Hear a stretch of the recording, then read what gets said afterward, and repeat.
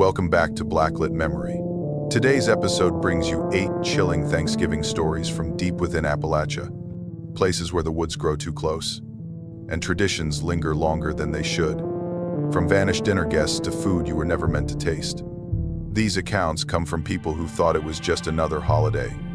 It wasn't. If you're new here, don't forget to like, subscribe, and share with someone who thinks Thanksgiving is all turkey and pie. Now then, let's begin. I know you won't believe me, but I have to tell this, because I've waited 12 years to say it out loud.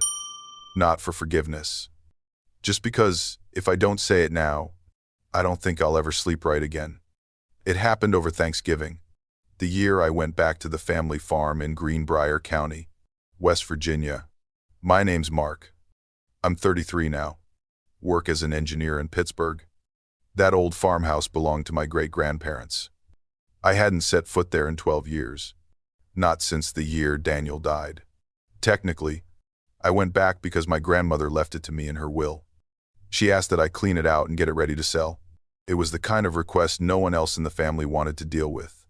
But I think she meant it for me specifically. Maybe she knew. The first day I arrived, there was a light snow drifting down. Not much. Just a fine layer over the front steps, like powdered sugar. The house looked smaller than I remembered. The forest had crept in a little closer. The porch creaked just like it always had. Inside, everything was exactly where it used to be. The wooden dining table with 6 chairs, the embroidered table runner, the corner hutch with porcelain dishes no one used anymore. I stood there for a long time, just listening to the silence settle in. That first night, I made myself something simple. Mashed potatoes from a box. A slab of turkey breast I'd brought in a cooler. I sat down at the table like I used to, and that's when I noticed it. There were 2 plates set. Both of them had forks, knives, cloth napkins folded the way Grandma always did. One was mine. The other was across from me. For a moment, I just stared, not sure if I'd done it without thinking. I told myself maybe the caretaker, whoever had been looking after the place before it got signed over, had set it up and forgotten. Or maybe I just laid both out automatically, like muscle memory from childhood dinners. I left the second plate alone and ate quietly. Around 2 in the morning, I woke up to the sound of wood dragging across wood.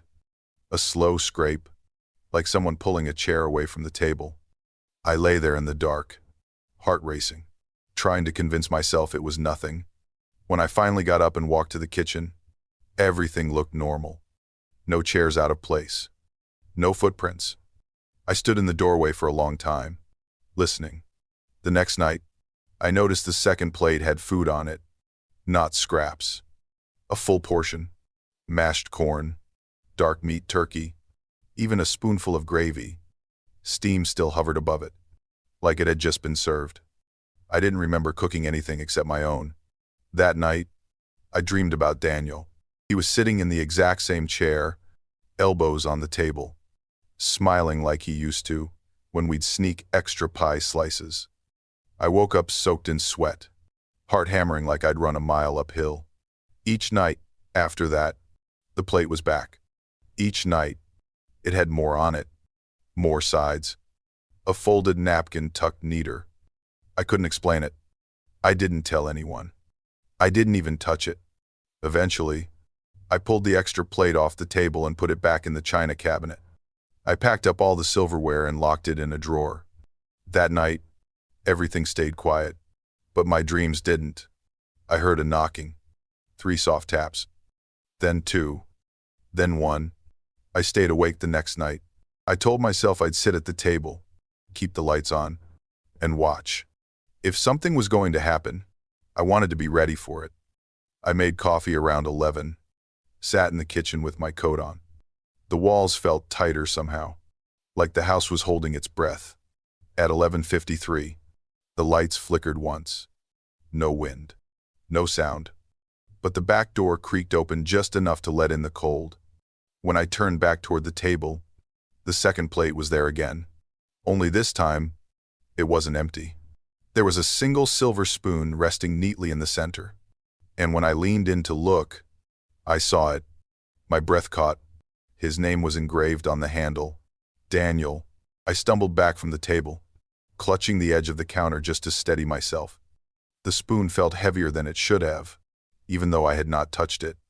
For a long moment I just stared at it, trying to calm the shaking in my chest. Then something inside me cracked. I went through the house and locked every door and every window. I gathered all the dishes, every plate and every piece of silverware, and shoved them into a storage cabinet before turning the key. I remember my voice breaking as I yelled into the empty kitchen that I was sorry, that I should have told the truth years ago. The silence that followed felt colder than the snow outside. Memory hit me fast, like ice water down my spine. I saw Daniel again. Not at the table this time, but near the old well behind the house. That afternoon 12 years ago, I had been the one who dared him to climb the stones. He slipped because I told him to hurry. I told the family he wandered off. I walked out to the backyard with a flashlight. The snow was deeper now, soft and untouched, except for my own footprints. The well was still there, half swallowed by weeds and moss, the stones sagging inward but recognizable. I stood there until my fingers went numb, whispering his name like it might matter now. The next night I tried to have one quiet dinner, one plate, one set of utensils, nothing more. I sat at the head of the table the way my grandfather used to. For the first time in days, the air felt still. I wrote a long letter to my parents afterward. I told them the truth about Daniel, everything I had hidden from them and from myself. I folded the letter and slid it into an envelope, planning to mail it the next morning before leaving for Pittsburgh. I really thought that might be the end of it. But when I stood up to clear my plate, I heard breathing behind me. It was soft, steady, almost calm. I froze with the dish in my hand, afraid to turn around. The room felt smaller again. I walked slowly into the kitchen. The lights hummed overhead, warm and steady. Then I saw them. All 6 chairs were occupied. I do not know how to describe it without sounding insane, but they were sitting there under the yellow light, completely still. Their faces were out of sight, but their shapes were solid, not shadows or tricks of the eyes. My own plate was filled again, steam rising like fresh Thanksgiving dinner. And in that moment, everything shifts into present tense, because my mind cannot pretend anymore. The silver spoon is in my hand. I do not remember picking it up. The name Daniel gleams under the light as if someone has just polished it. I feel the warmth of a breath on the back of my neck. I turn. I run. I do not wait to see anything else. I push through the doorway, slip on the steps, and hit the ground hard enough to knock the air from my chest. When I get back to my feet, something wet spreads through my sock. I think I have cut myself, but when I look down, there is no wound at all. The snow stays white even where I step. I do not stop running until I reach my car. My hands shake so badly that it takes 3 tries to fit the key into the ignition. When the headlights flash on, the house looks perfectly quiet, like it has been empty for years. I drove away that night without sleeping. I did not mail the letter. I never went back. It has been 6 years since then, and I still cannot sit at a dinner table without feeling watched. Every time I see an empty chair, I feel the same pressure in my chest, like someone is waiting for me to start eating first.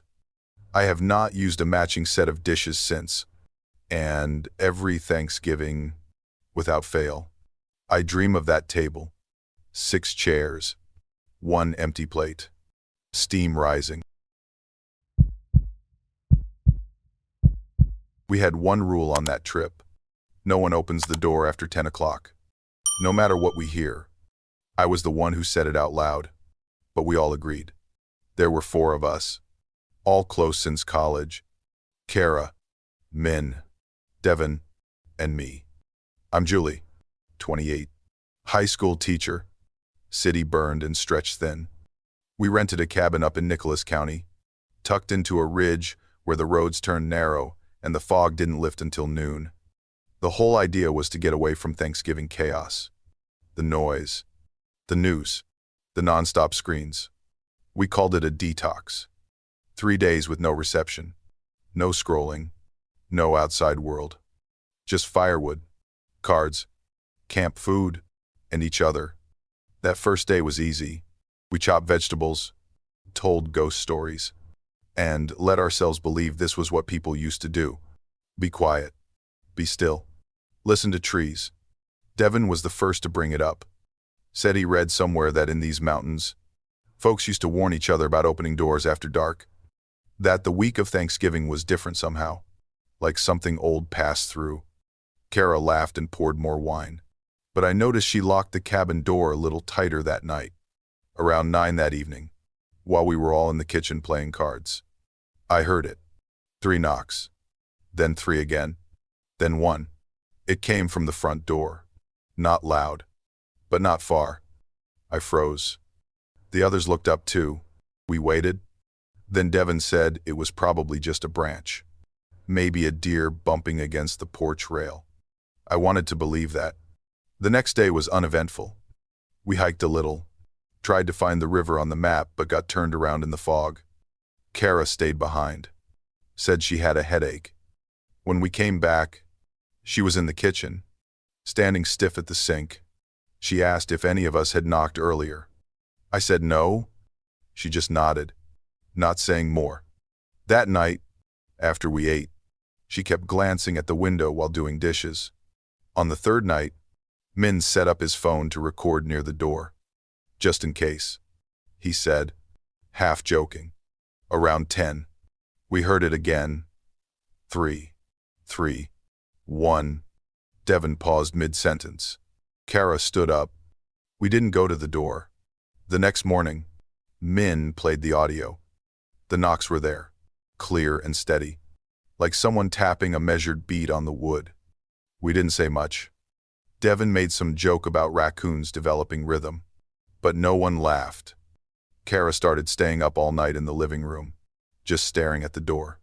By then, we heard it every night, always at 10:07, always the same pattern. I remember trying to drown it out with music, dragging the board game box into the kitchen, trying to be loud enough to break whatever hold it had on us. We all tried, in our own way, but none of us admitted we were scared. Not really. We just kept looking at each other, waiting for someone else to say it first. Kara suggested we cut the trip short. No one disagreed. Then came the 4th night. Devin stepped out for a smoke just before 10. He didn't come back. We waited a few minutes, then a few more. When I opened the door to check, the fog was thick and curling at the edges like it was alive. And there he was.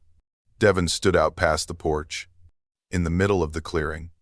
His back was to us, not moving, not answering when we called. I stepped out, barefoot, the wood cold under my feet. I said his name again.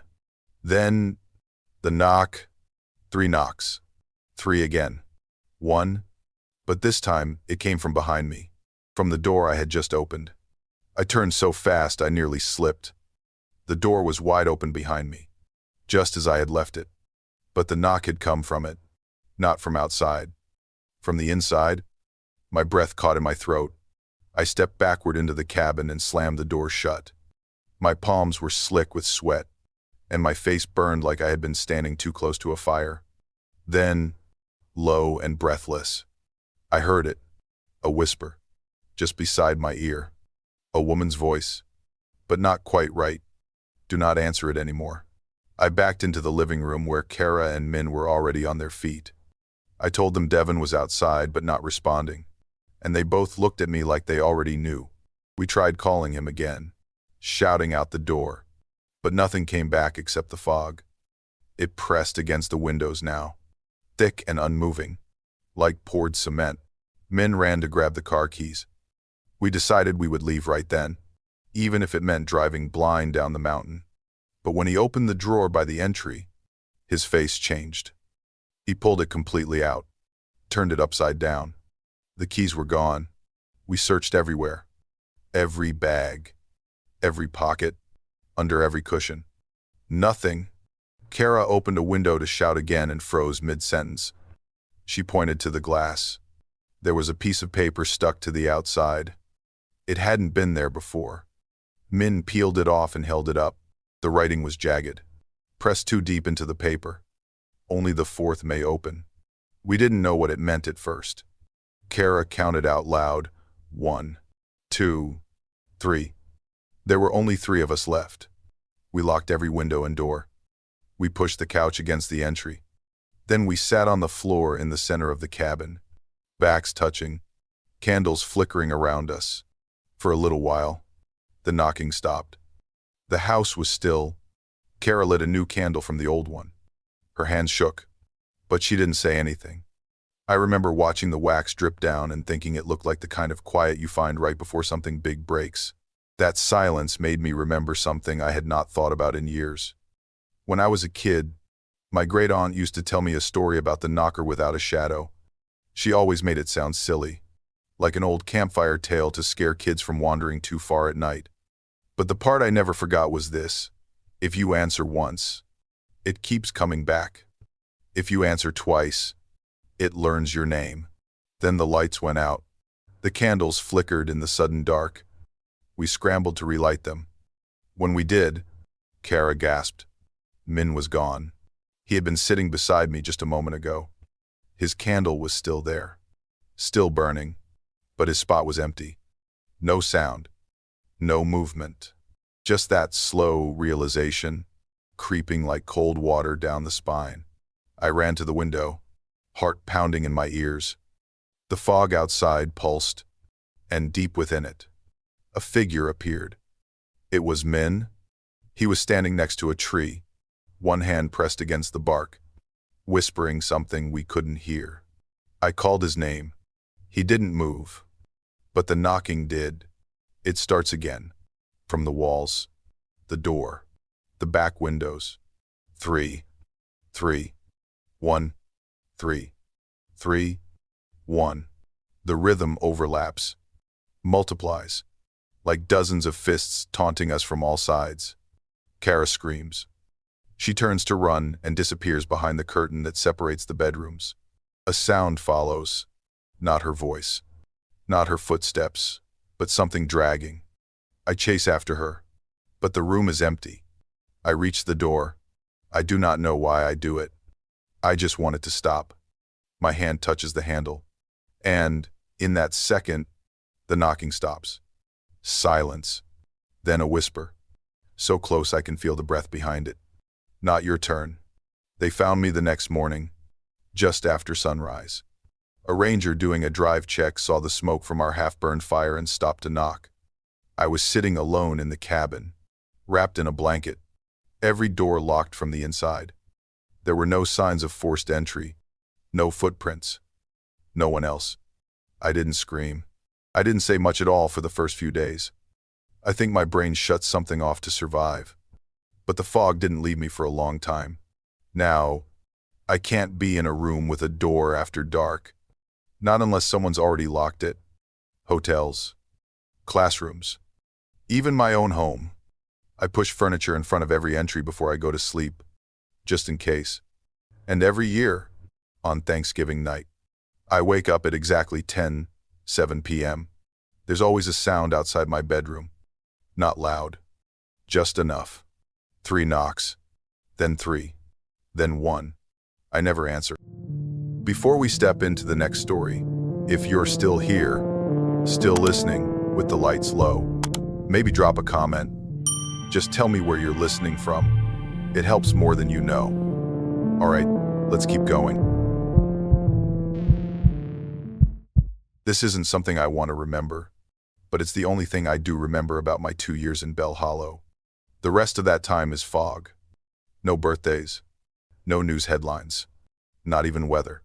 Just that one slow burning truth that I tried to ignore until it was too late. I came to Bell Hollow, Tennessee, after my divorce. 36.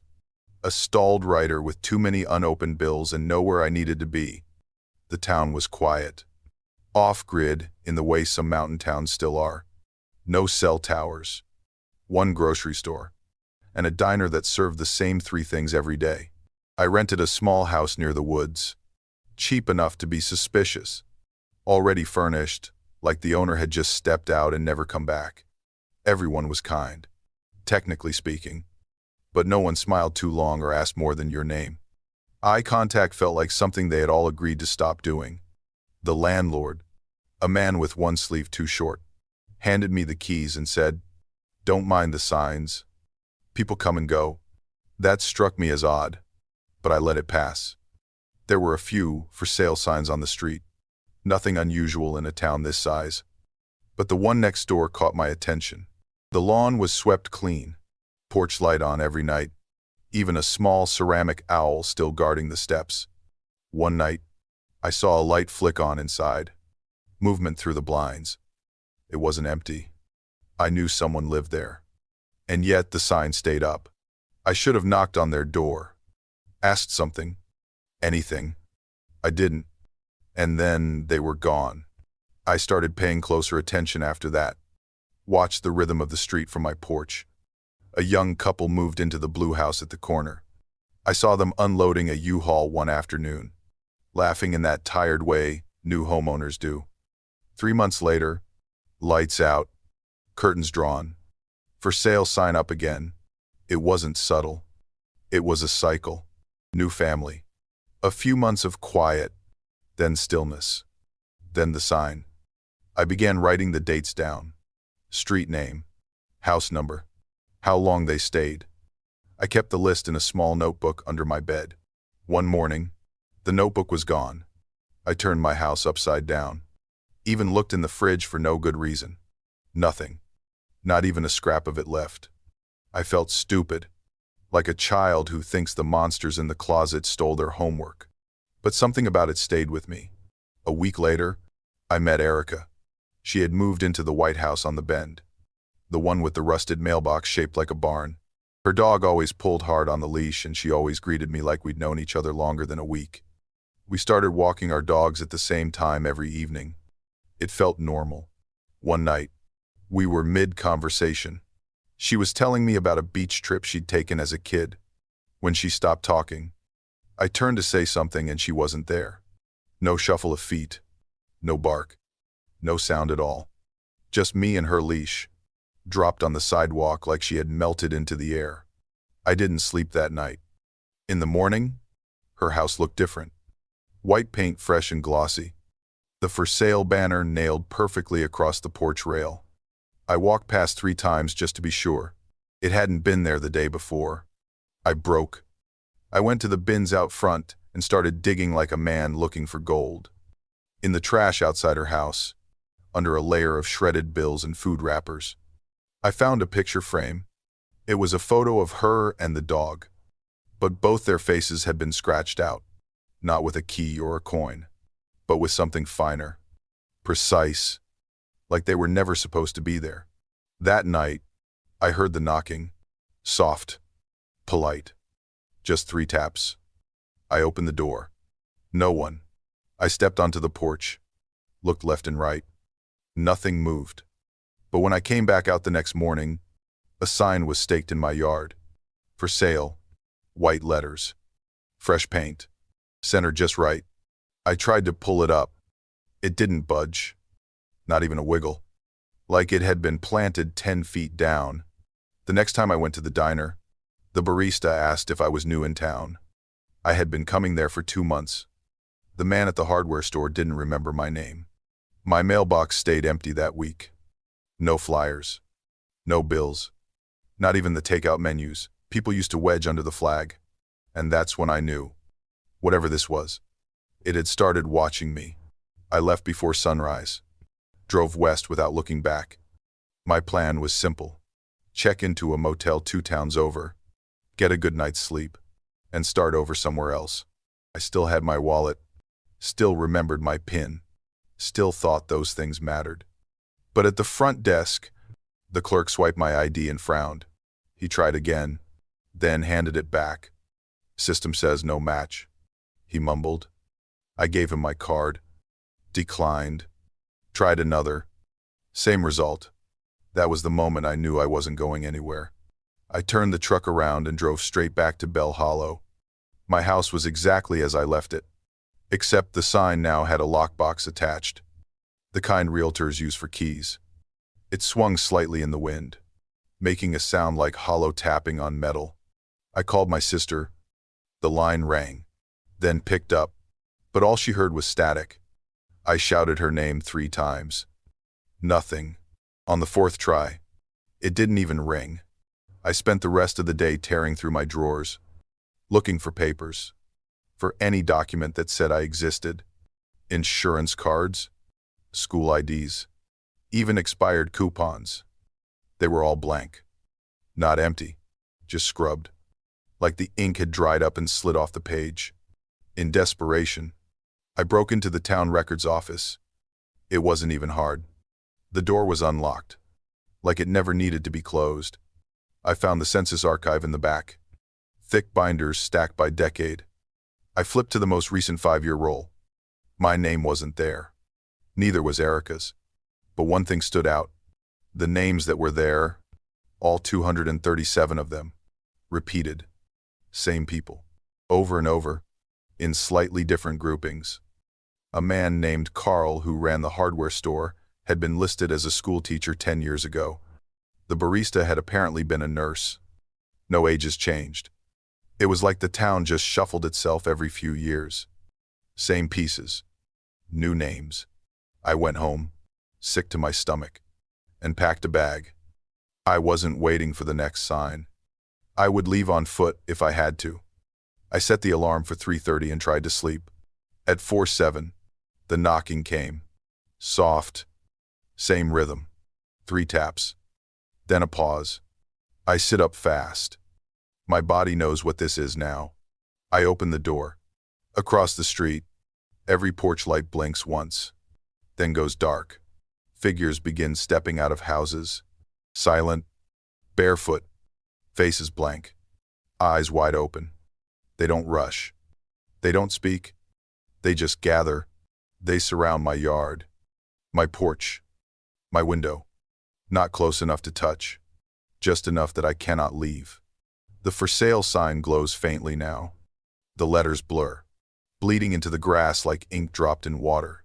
I run, out the back door, through the yard, into the woods. No shoes, no flashlight.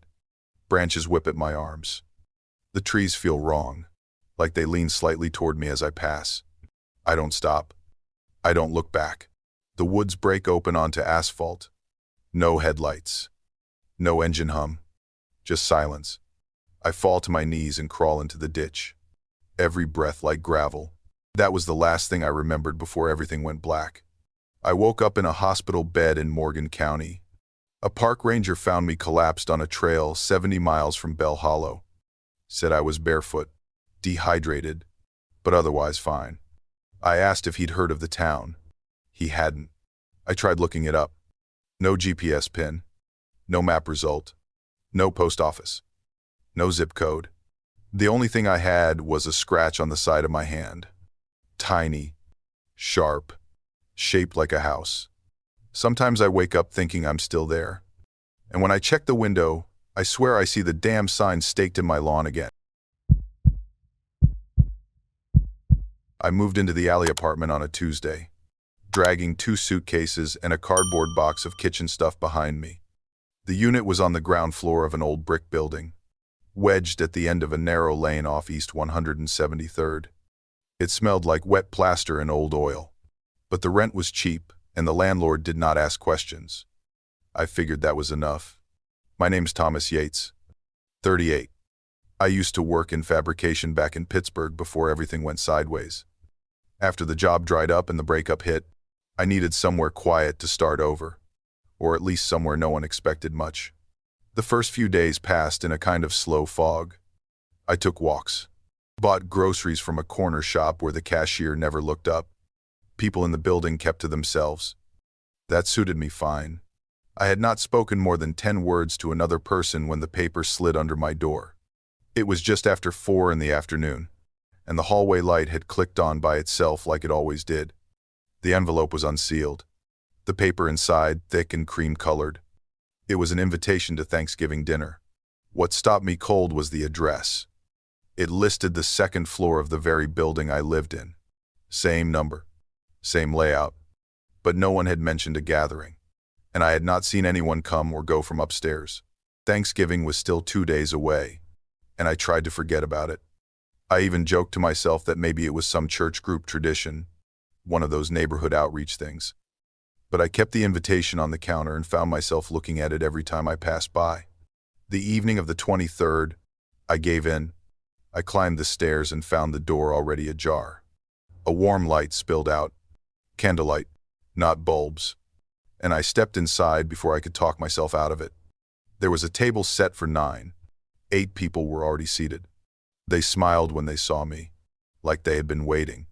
No one introduced themselves by full name, only first names. I noticed right away that the name card at the 9th place read Thomas Yates. Same spelling, same handwriting as the invitation. I had never told anyone here my full name. The food looked untouched, but it smelled real. Stuffing, roasted vegetables, sweet glaze on meat. I sat down slowly, trying to act like this was normal. One of them, a woman with gray hair and long fingers, said, "Each year, we share a meal with the newest arrival." I nodded like I understood. At some point, I reached for the place card, folded it quietly, and slipped it into my jacket. When I looked again, the same card was sitting on the table like it had never moved. The handwriting looked sharper. I kept my hands in my lap after that. I told them I was tired and should get back downstairs. They all smiled again. That same soft smile, like they knew something I didn't. But no one stopped me. And as I left, I noticed none of them had touched their plates. Back in my apartment, I sat on the edge of the bed and stared at the ceiling. I don't know why I felt so heavy. Nothing bad had happened. No one had done anything strange. Not really. But I could not shake the feeling that I had been part of something I did not fully see. That night, I barely slept. Around midnight, I got up and pulled the curtain open just a little. The apartment upstairs still glowed with candlelight. I watched for 10 minutes and saw no movement. Then, I went to the fridge. On the middle shelf sat a pie box I had not put there, plain cardboard, but clean, tied with twine. The label said pumpkin. There was a note taped to the top. It read, "For the 9th seat." The card beside it had my name. Same as before. Same name, but the handwriting was different. I dropped the box back onto the shelf and shut the fridge with my shoulder. My skin felt tight, like the air had thinned around me. I grabbed my jacket and went straight upstairs, taking the steps 2 at a time. This time, the door was closed and locked. I knocked, harder than I meant to. No answer. I knocked again and pressed my ear to the wood. Nothing but the low hum of the building's pipes, steady and indifferent. The landlord lived in the basement unit, so I went down and asked him outright who stayed in the second-floor apartment. He barely looked up from his tiny television. "No one," he said. "That place has been empty all year." His tone carried no curiosity, no hospitality, just fact. I went back to my room with my thoughts buzzing. My shoes were wet with mud, even though I had not walked anywhere except the hallway. There were specks of it on the floor too, trailing from the door to the tiny kitchen. And when I opened the trash can, the smell of cooked poultry rose up, scraps of gizzard and skin I had never prepared. That was when I decided I would leave in the morning. I packed everything into my bags, shoving clothes in without folding them. I kept the lights on while I worked. But when I stepped into the hallway to bring down the first bag, the bulbs flickered out, one by one. They died in sequence, following each of my steps. First behind me, then ahead, then all at once. When the building finally went dark, I retreated into my room and locked the door. I did not sleep, but exhaustion must have taken me sometime near dawn. When I opened my eyes again, sunlight warmed the window and birds were chirping outside. For a moment I thought I had dreamed everything. I made myself a bowl of cereal and opened my laptop. Static comfort. Routine. Something steady to pull me back into myself. The more I breathed, the more the fear thinned into something almost manageable. Then I saw it. A new email thread. 8 recipients. Sent at 3 in the morning from my account. The message was short. Just one line. The 9th has accepted the seat. I pushed the chair back so fast it scraped the floor. My throat felt dry, my whole body shaking without warning. I stood and stared at the screen, willing it to disappear, but it stayed there, plain and cold. I walked to the front door. A place card was resting on the doormat. The same card, except this one was swollen with moisture, like it had been left in the rain and carried through several hands. In the kitchen, the air felt warmer. A plate was waiting on the counter, steam rising from it. Turkey, stuffing, a slice of pie, no forks, no knives, just the food, arranged neatly, like someone had been preparing it for a long time. I heard the sound then, a chair sliding across wood, very soft, very slow. It came from the bedroom. I stepped toward the doorway, and the air tightened around me. My breath shortened. My pulse thudded in my ears. Then I saw them. 8 people stood around the dining table that I did not remember setting up. Their backs were turned to me, shoulders lifted in a way that made them look half familiar and half wrong. None of them moved. In that moment, I knew something had shifted. The air wasn't just cold. It was watching, and I was no longer remembering. I was inside it again. There, waiting. The 9th seat is empty, and my name card is already there. I left Bronx the next morning before the sun fully rose. I never went back for my deposit. I never told the landlord. But sometimes in dreams, I see a round table with only 8 people seated, their backs turned, their place cards untouched. And in a thrift store 2 states away, months later, I swear I saw my name again, carved into wood, waiting for the 9th. I thought I was just going back to visit the old house. That was all. A short trip for the holiday. But I was wrong, because I forgot who used to sit in that chair. The letter came in mid-November, folded neat and tucked inside an envelope that looked like it came from another decade. It was from Donna. She ran the foster home I lived in for most of my childhood, tucked up in the hills of Buchanan County. The handwriting was still strong. She wrote, "There's someone who wants to see you again. Come if you can." I hadn't been back in nearly 12 years. Not since I aged out. But something in that line stayed with me. And the next week I was driving through roads I remembered too well. Winding switchbacks. Pale trees. That slow quiet of the hills in late fall. The house hadn't changed much. Still the same narrow porch. Same sloping roof that always needed fixing. There were fewer kids now. Just 3. And only one of them seemed to even notice I was there.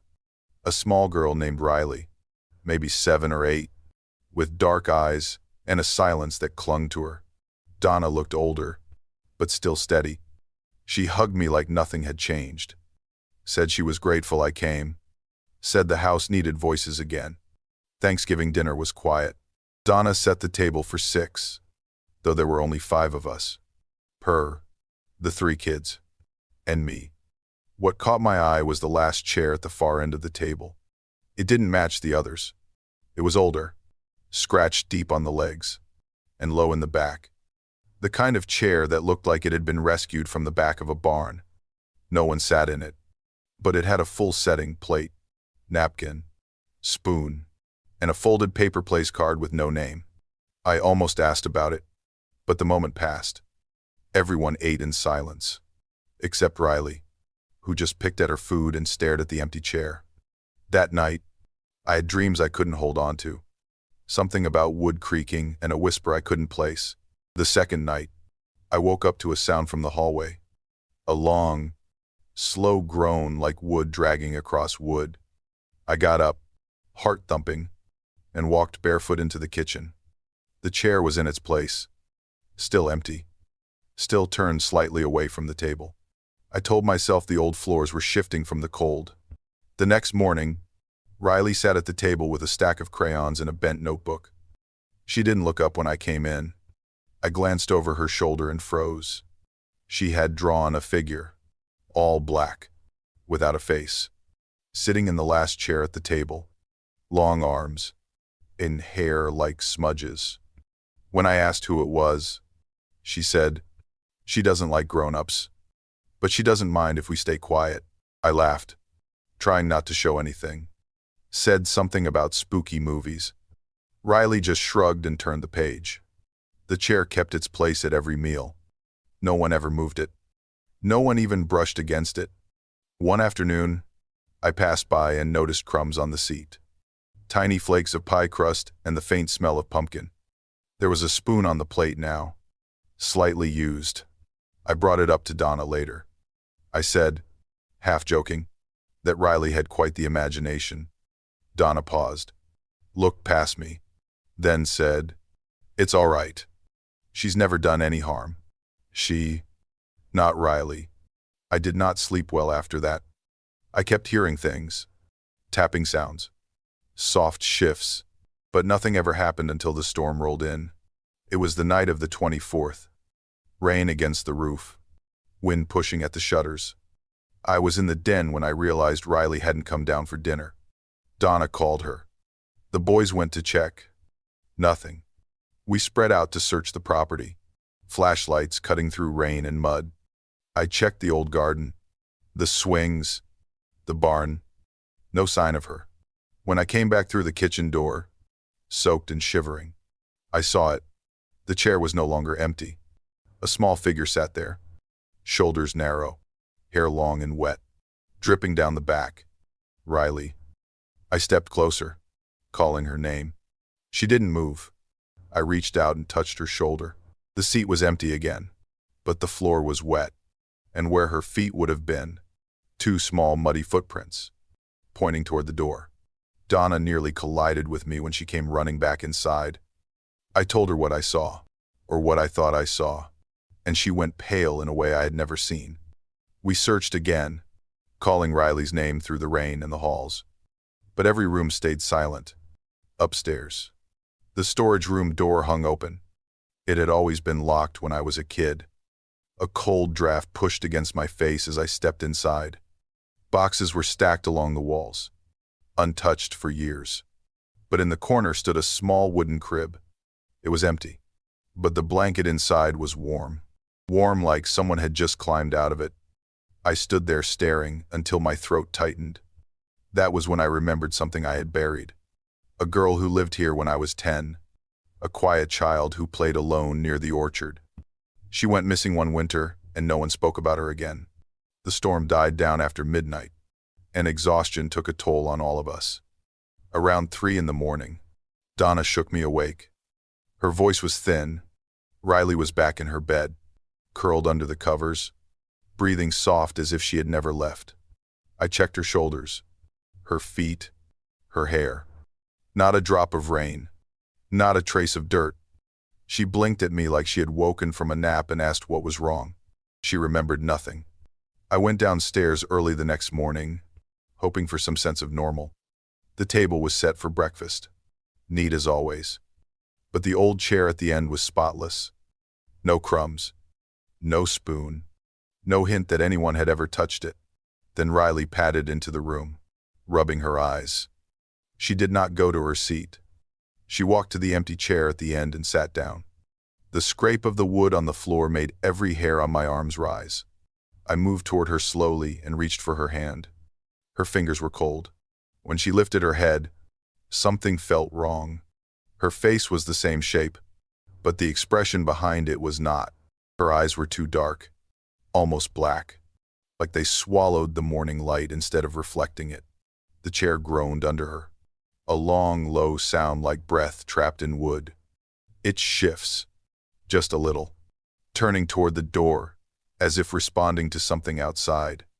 Riley's body felt heavier in my arms when I tried to lift her. I say this part in present tense because it never left me. Her face tilts. Her skin goes pale as paper.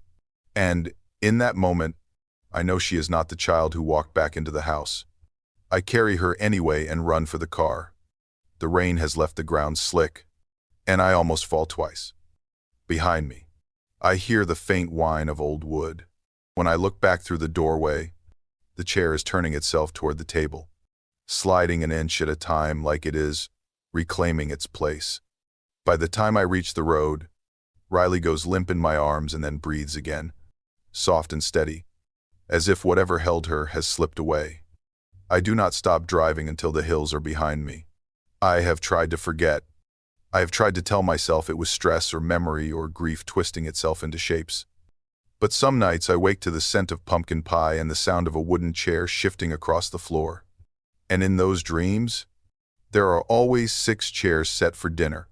Only 5 are meant to be filled. It was supposed to be the Thanksgiving special for my channel.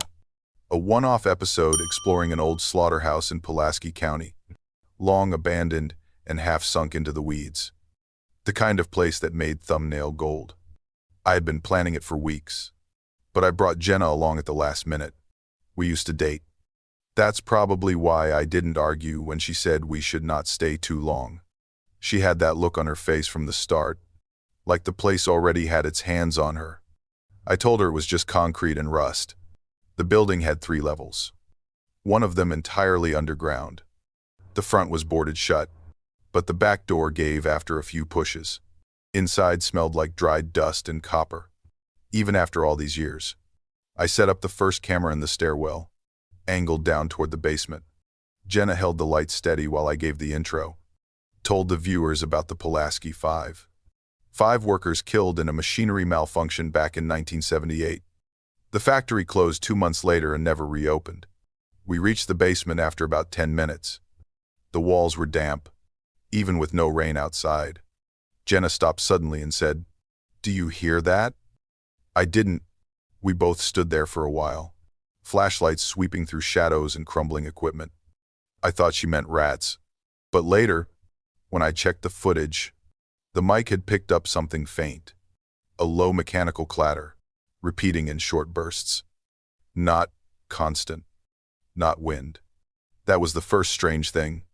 Back at home that night, I uploaded the raw file and scanned through the audio. Buried under our footsteps and breathing was a steady rhythm, like a conveyor belt starting and stopping. 11 minutes and 32 seconds in. It looped. Exactly. I checked the equipment.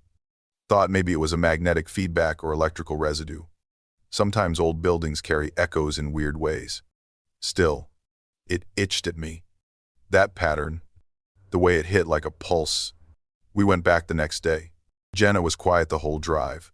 She kept pulling at her sleeves and staring at the tree line like it was moving. I asked if she was okay. She said she saw something yesterday. A line on the basement floor that looked like it was meant to drain blood. I laughed it off. Said it was probably a grease line or rust. But when we got back inside, she would not go past the 2nd level. I went down alone. The basement felt colder than before, though we were there earlier in the day. The air tasted different, more metallic. I turned on the camera, scanned the walls, and aimed the lens toward the conveyor system still bolted to the ceiling. Then it moved. Not much, just a stutter forward. I froze. Then it slid again. The old metal groaned, and one of the hooks came loose and dropped.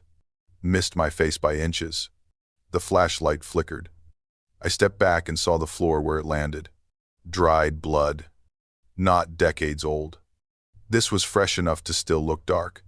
Then the sound came again. Not glitchy this time. Not faint. The conveyor hums to life, rolling smooth across the ceiling. The hook swings as it passes.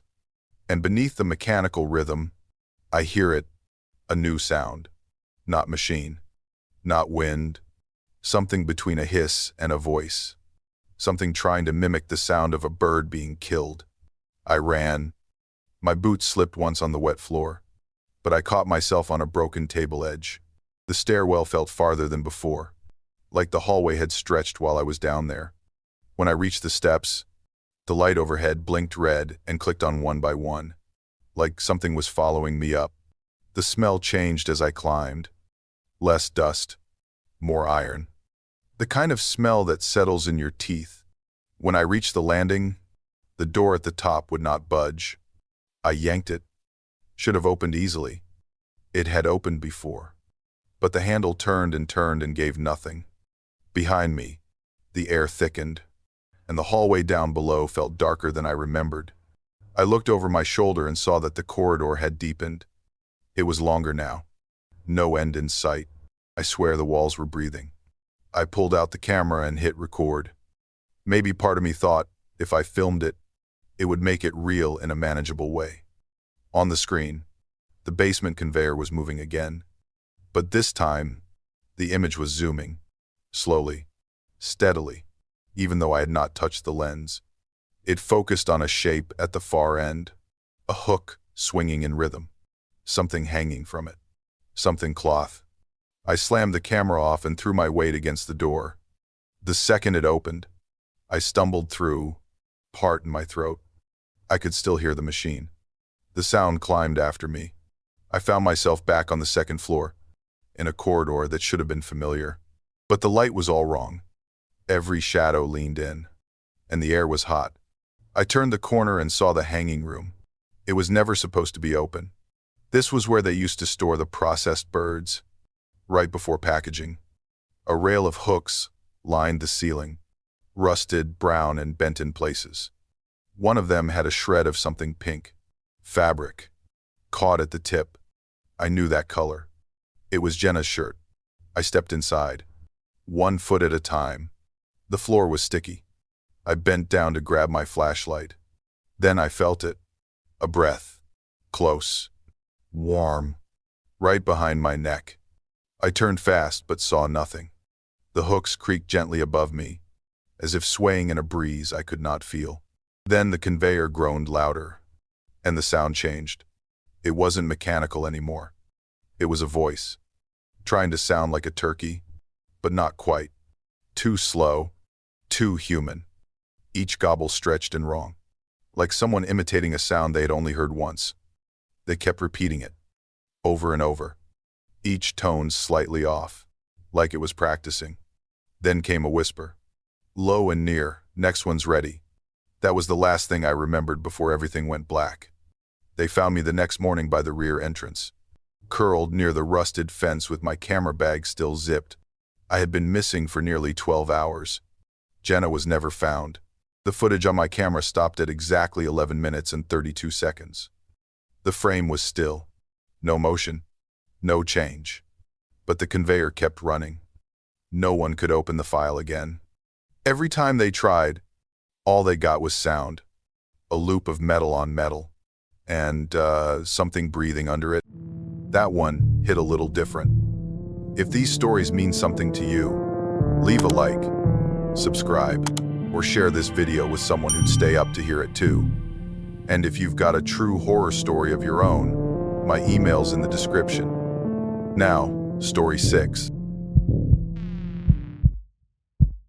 On this stretch of road, Jake said, there's one thing I have to eat every year. I thought he meant some little BBQ shack or a gas station with decent wings.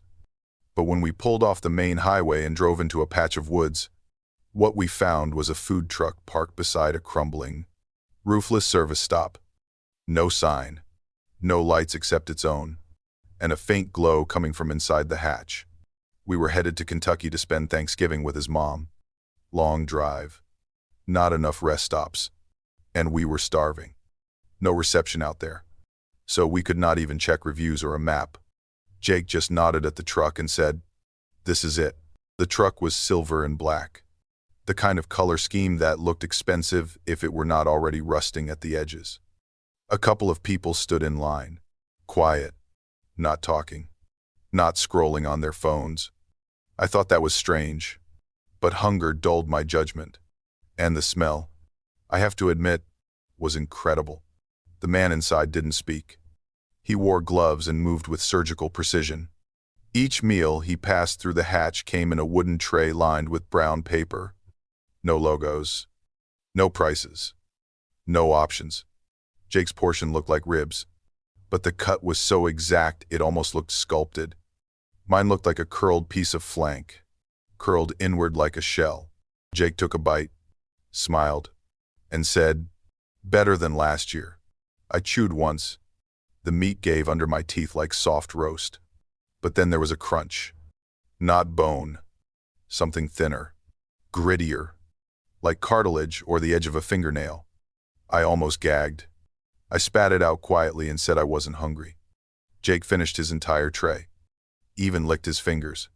Said it had to be the seasoning, or maybe the way they smoked it. I said nothing. That night, we stopped at a motel. the kind where the bed creaks and the lights buzz even when they are off. I showered, crawled under the blanket, and just lay there, stomach twisting. At some point after midnight, I went to the sink and turned on the light. That was when I saw it. A thin, raised line had appeared on the inside of my wrist. Pale red, straight, like the edge of a carving knife had pressed just enough to disturb the skin without breaking it. I stared for a long time. Jake had one too. His was longer, trailing along his back just under the shoulder blade. He said maybe he scratched himself. Maybe it was the seatbelt. I nodded. But something about the shape of the mark made me feel sick. We both tried to sleep after that, but neither of us really did. The next day, Jake started getting snappy. Short answers. Less patience. His fingers kept twitching, like he had cramps he couldn't stretch out. My own wrist itched under the skin, like something under it was shifting. I told myself we were tired. That long drives do this to people. But when I peeled the bandage back in the bathroom at the next gas stop, I saw the flesh below my wrist beginning to bulge. Not with blood, but with shape. The bump looked like a finger. I stumbled out, heart racing, and found Jake already in the car. He was shaking, gripping the steering wheel like it hurt to hold. I climbed in and asked if he was okay. He didn't answer. Then I looked down. The skin on the side of his palm had split, not bleeding, just separating, like the seam of a soft roast. Beneath it was something pale and raw, shaped like the same curled meat we had seen on his tray. On the floor of the car, under his seat, was a knife. Short, carved with delicate grooves. It looked exactly like the one the food truck man had used. And beside it was a plastic pouch, slick with condensation. Inside were 2 name tags, one with mine, one with his. I dropped the pouch like it burned. The knife slid across the mat and stopped at Jake's foot. He didn't move. His breathing had turned shallow, like each inhale cost him something. I reached for my phone to call for help, but the signal bar was gone. I tried anyway. Nothing but static. I stepped out of the car and held the phone to the sky, walking in circles on the cracked pavement. The trees around the rest stop felt too close, leaning in like an audience. When I ran back to the car, Jake was half doubled over, gripping his side. The skin along his ribs had begun to peel back in curling seams. No blood, no tearing, just opening like someone had traced a pattern with a sharp blade, and the flesh remembered what it was supposed to do. Jake let out a sound between a gasp and a growl. His fingers clawed at the dash, and I saw the tendons in his wrist twitch like they were rearranging. Hold on, I kept saying, even though I didn't know what I was holding on to. I dragged him upright, shoved the door shut, and slammed the car into gear. My only thought was to get back to the place where it started. Maybe someone was still there. Maybe someone could undo whatever this was. When we reached the stretch of road with the broken sign and the abandoned gas station, the food truck was gone. No tire marks. No footprints. Nothing but a black puddle of oil glistening under the weak afternoon light. Floating on the surface were tiny pieces of bone, polished, white, curled like the ends of carved meat. I backed away, shaking so hard I nearly fell. The driver's side window fogged up from the inside. I wiped it with my sleeve and froze. A handprint was pressed into the glass. Not flat, not natural. Each finger was bent inward, like the shape of the carved portion Jake had eaten. I turned back toward the car just as Jake slumped forward. His back rose and fell once, then stilled. His hand dangled at his side, fingers stiff and curved into a tightening grip. I tried to open the first aid kit. Maybe I thought bandages would help, or at least give me something to do. The latch clicked, and the lid came up. Inside was a knife. A fourth one, smaller than the rest. Clean, waiting. A whisper brushed close to my ear. So soft I thought it came from inside my own ribs. One for the left hand, one for the right, one for the throat, and one to choose. I dropped the kit and stumbled back, nearly tripping over my own feet. Jake's body stayed still, but his fingers curled slightly, like they were responding to something I couldn't see. His whole frame seemed to tense, the carved lines along his arms deepening as if they were guiding him. I looked into the side mirror to check if anyone was behind me. For a moment, I didn't recognize the face looking back. My skin looked drawn, marked by a faint line along my cheek. A carved path, already planned. The knife was in my hand. I didn't remember picking it up. I felt the cold metal before I felt the fear. I threw it into the bushes and ran. I don't remember how far or how long, only that the trees blurred and the road kept slipping under me like it was trying to pull me back. When I reached a highway with real cars and real signals, I collapsed near the guardrail and someone called an ambulance. Jake was never found. The car was empty except for 2 trays smeared with grease and a long, clean cut across the driver's seat. I healed. Mostly, but every time I see a thin steel knife or a clean carving blade, something inside me jumps. I eat with my hands now. I avoid anything shaped like a hand or cut to resemble one. And I never touch raw meat. Not even with gloves. Every year, on the 27th of November, I turned on Channel 14 at exactly 9:27 inches the morning. Not a minute earlier. Not a minute late. It was the only time they re-aired the full broadcast of the 1964 Thanksgiving parade. That was the year Sheila marched in it. She was a cheerleader back then. Hair tied up in that high curl. Gloves white as clouds. I could spot her every time, row 3. Middle left. I memorized the sequence over 20 Thanksgivings. After she passed, I kept the ritual. I lived alone in a trailer now, right on the edge of the woods. 2 cats, some vegetables, no phone line. Just the same TV, same antenna, same habit. This year, the parade started 5 minutes early. At first, I thought I had misread the clock, but the announcer was already naming the floats. And then I saw her, Sheila, waving her little flag with that wide grin. And not even 30 seconds later, I saw her again. Same spot, same grin, same move. I sat forward, confused. The camera was panning like usual, but then another version of her passed by, a little off to the right. I checked the time again. Something was off. The image had started to loop. I reached for the remote, fast-forwarded a little. The parade kept going, but something felt wrong in the way people walked. It was too smooth, too aligned, like they were hitting their marks on a stage. And then they started looking at the camera. Not just a glance.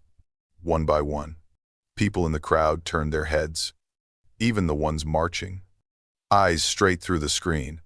I paused the tape, took a breath, told myself it was interference. Maybe some kind of overlay from an old signal.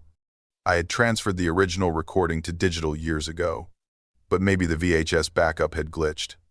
Still, I kept watching. At minute 12, someone in the crowd held up a sign. The camera caught it for just a second. A cardboard square, hand-lettered in red. Don't walk back. I sat there frozen. I had watched this same recording every year since 1998, frame by frame. Some years. That sign had never been there. Night came quick. I turned the TV off. But around midnight, I saw the light again. Faint flashes through the window, timed like the floats. Blue, gold, then red, just like the lights on the old parade trucks. I checked the TV. It was dark. I poured a drink, tried to sleep. Couldn't. At 2:11 a.m., I turned the TV back on. It did not resume where I left off. It showed a still image, a frame frozen mid-parade. The camera zoomed into the crowd. Right in the middle was me, not from the past, not young. Me, as I was now, standing behind the rail, staring at the lens. I reached for the remote again, tried to shut it down. Nothing responded. The picture began to zoom in closer, closer, until only my face filled the screen. But it wasn't the parade's camera. It was something else, something watching me from the inside. Then the image cut. A new frame appeared. A banner rolled past. Walter Y. Guest of honor. I got up and yanked the cord from the wall. The screen stayed lit. The colors dimmed slightly, but the picture didn't blink. I cut the main breaker next. The whole trailer went dark. And still, that damn glow pulsed from the living room. I stepped closer and tapped the glass. It wasn't warm. Not cold either. Just there. The remote lay on the floor where I had thrown it. But I didn't dare pick it up again. Instead, I grabbed the base of the TV and slammed it against the floor. The screen cracked. The sound didn't stop. That same parade hum rolled beneath the broken glass. Horns and cheers. Distant drums. Looping without end. My cats were hiding under the couch by then. I don't blame them. The air felt like it was humming too. I checked the clock on the wall. Still 9:27 a.m. But outside the windows, it was pitch black. The sun should have come and gone by now. But nothing changed. Just that moment. That one point in time, holding everything in place. Then, without warning, the screen blinked off. No sound. No picture. No light. The room fell into a kind of silence I hadn't felt since the day Sheila died. For a few minutes, I just sat there. Nothing moved. I thought maybe it was over. By morning, daylight came back like nothing happened. Birds outside. Grass stiff with frost. I thought maybe my mind had broken under grief and routine. That maybe a man could sit too long in his own memories and fall through the cracks. I made coffee. Ate toast. Started putting things into boxes. I had already told my niece I might move in with her. It felt like the right time. Too many ghosts in this place. In the middle of packing, I found it. A tape. Not labeled. Not mine. Just sitting inside an old coat pocket I hadn't touched in years. I didn't even own a VHS player anymore. Not since 2008. But part of me had to know. I drove into town. Found a thrift store with an old combo TV. Plugged it in right there by the window and popped in the tape. At first, static. Then the screen cleared. It wasn't the parade. It was me, sitting on the couch, yesterday morning, watching the TV. The camera angle was from behind, high up, like it had been mounted in the corner. It showed me still, not moving, not blinking, for 10 straight minutes. Then something changed. A shape appeared behind me. A hand, pale and slow, rested gently on my shoulder. The screen froze at that frame. Then white text began to crawl across the bottom. 9:27. Every year, one new guest. I unplugged the machine and walked out without looking back. Now I live in my niece's basement. No TV. No internet. But every year, on the 27th of November, I wake up at 9:27 a.m. exactly, and I never check the mirror at that hour. Because I remember the last time I saw myself clearly. He blinked before I did. Thank you for staying with me until the very end. I truly mean that. If you enjoyed these stories, leave a like and subscribe if you haven't already. That way, you won't miss the next ones. And once again, thank you for walking this dark road with me tonight.